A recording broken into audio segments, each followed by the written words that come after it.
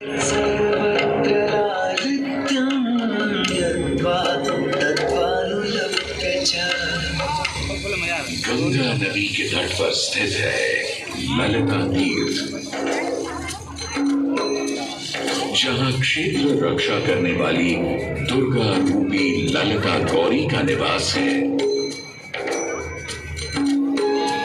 जिनकी सभी श्रद्धालु सर्व प्रकार संपत्ति लाभार्थ पूजा अर्चना करते हैं। इस घाट की सबसे विशेष बात यह है कि यहाँ शिव के साथ शक्ति के दर्शन भी श्रद्धालुओं को मिलते हैं। घाट के ऊपर गली में मां दुर्गा को समर्पित देवी ललिता का मंदिर विद्यमान है। साथ ही साथ यहाँ काष्ठ एवं ईंट से बना राज राजेश्वर मंदिर भी स्थापित है। भगवान शिव को समर्पित काशी में यह मंदिर नेपाल के पशुपति मंदिर का प्रतीक रूप है। वर्तमान में सुशोभित यह ललिता घाट पूर्व में 3 भागों में विभक्त था। दक्षिण दिशा की ओर से चले तो नेपाली घाट, ललिता घाट एवं राज राजेश्वरी घाट। इनका उल्लेख सन 1931 में मोती चंद्र जी ने किया था।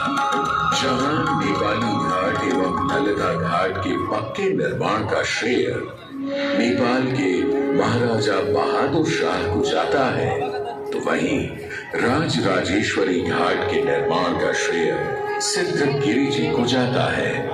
कालांतर में नेपाली एवं राज राजेश्वरी घाट ललिता घाट में ही समाहित हो गए। ऐसी मान्यता है कि अश्विन मास की कृष्णा तृतीया के दिन ललिता तीर्थ में स्नान कर देवी के दर्शन करने से श्रद्धालुओं की सभी मनोकामनाएं पूर्ण होती हैं।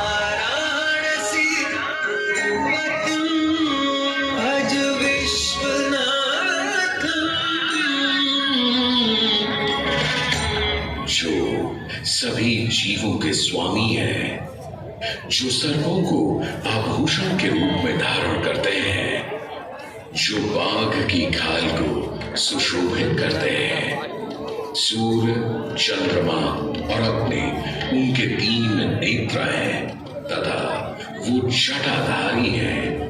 पाश, अंकुश और त्रिशूलधारी हैं। वे अपने सभी भक्तों को आशीर्वाद देकर उन्हें भय से सुरक्षा प्रदान करते हैं। ब्रह्मांड के स्वामी एवं वाराणसी के भगवान श्री विश्वनाथ की हम वंदना करते हैं। मैं आदि नगरी काशी हूं, वही काशी जो स्वयं भगवान शिव के त्रिशूल पर विद्यमान है। सृष्टि के प्रारंभ में महादेव ने जब पृथ्वी पर अपनी दृष्टि डाली तो उन्हें एक भाग चमकता हुआ प्रतीत हुआ। उसी भाग को भगवान शिव ने काशी का नाम दिया। कालांतर में गंगा नदी के तट पर बसी इस काशी नगरी में समय समय पर अनेकों घाट विकसित हुए, जहां श्रद्धालु आकर पूजा अर्चना एवं स्नान किया करते थे। माना तो यह भी जाता है कि यह नगरी एक बहुत सुंदर वन से ढकी हुई थी, जहां पीपल, आम, बरगद, शीशम आदि के वृक्ष हुआ करते थे। जिनकी छाया में बैठ ऋषि मुनि साधु संत आनंद से तपस्या किया करते थे, इसलिए इस जगह का उल्लेख आनंद वन के नाम से भी किया गया है। जितनी पुरानी काशी नगरी है, उतना ही पुराना यहाँ का काशी विश्वनाथ मंदिर भी है। भगवान शिव को विश्वेश्वर, विश्वनाथ आदि नामों से भी संबोधित किया जाता है, जिनका अर्थ है संपूर्ण विश्व के स्वामी। किंवदंतियों की माने तो सृष्टि के आदि में जब भगवान शिव एवं मां पार्वती पृथ्वी का भ्रमण कर रहे थे, उन्हें यह स्थान बहुत प्रिय लगा। तब मां पार्वती को यहाँ कुछ समय रुकने की इच्छा हुई, तो भगवान शिव अपने लिंग रूप में यहीं स्थापित हो गए। तभी से 12 ज्योतिर्लिंगों में इस मंदिर को विश्वेश्वर मंदिर के नाम से भी जाना जाने लगा, जहां भगवान शिव और माता पार्वती सदैव वास करते हैं। सदियों से इस पवित्र नगरी ने अनेक ऋषि मुनियों, तपस्वियों, धर्म गुरुओं आदि को अपनी ओर आकर्षित किया है। आदि शंकराचार्य एवं मंडन मिश्र ने इसी मंदिर के प्रांगण में बहुत समय व्यतीत किया। समय बदला, दौर बदला। भारत के स्वर्णिम काल पर विदेशी आक्रांताओं की नजर पड़ी, जिसे वे लूटने एवं सनातन संस्कृति को नष्ट करने के उद्देश्य से यहाँ आए। जब प्रथम बार गौरी ने आक्रमण किया, तब पृथ्वीराज चौहान ने उसे बुरी तरह पराजित किया था। अंत में उसने क्षमा मांगी और वचन दिया कि ऐसी गलती दोबारा कभी नहीं होगी। अतः पृथ्वीराज चौहान ने उसे छोड़ दिया। संभवतः यह एक दुर्भाग्यपूर्ण निर्णय था, क्योंकि अंततः गौरी ने पृथ्वीराज चौहान को धोखे से हराया। तत्पश्चात उनके साथ बहुत बुरा व्यवहार किया तथा उनकी दोनों आंखें भी निकाल दी।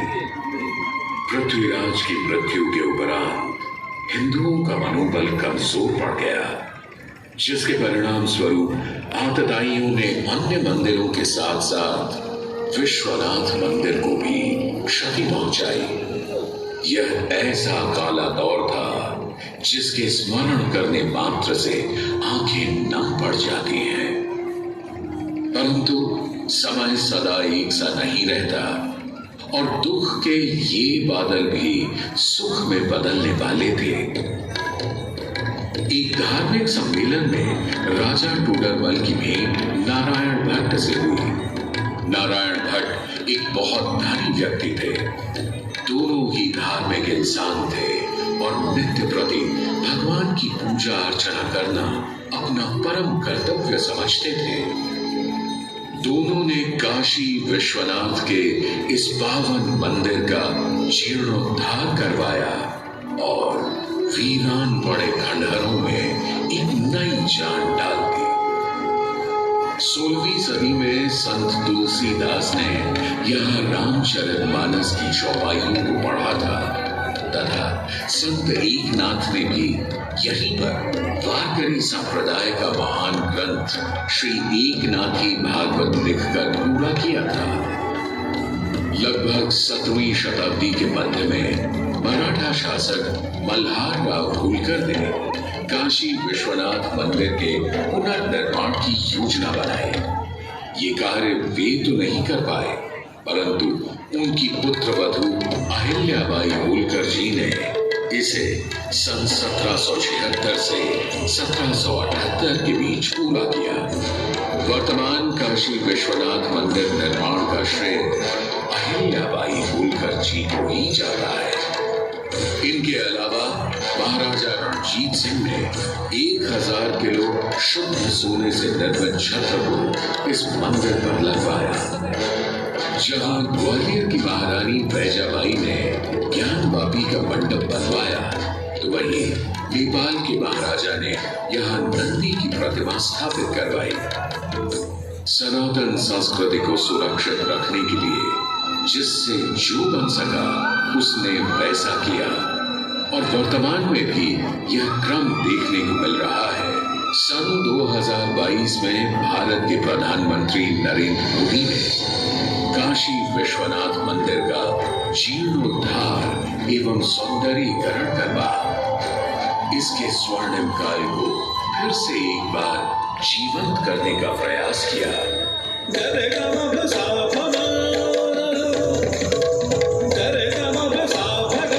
भगवान शिव को समर्पित काशी विश्वनाथ का यह पावन मंदिर सदियों से करोड़ों श्रद्धालुओं का प्रेरणा स्रोत रहा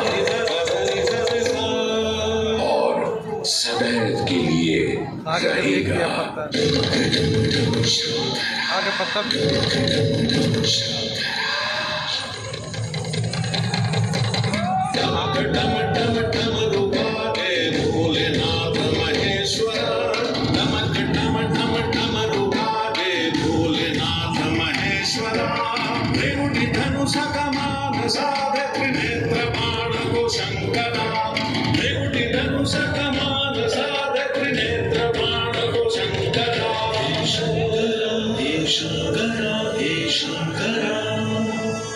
वाराणसी के हो बसैया हो पिता गजराज के वाराणसी के हो बसैया हो पिता गजराज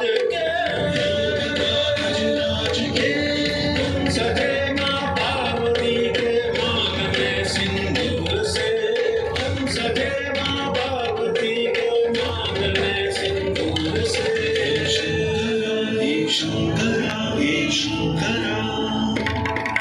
छटा की चुनरी लपेटे गंगा के समय वासते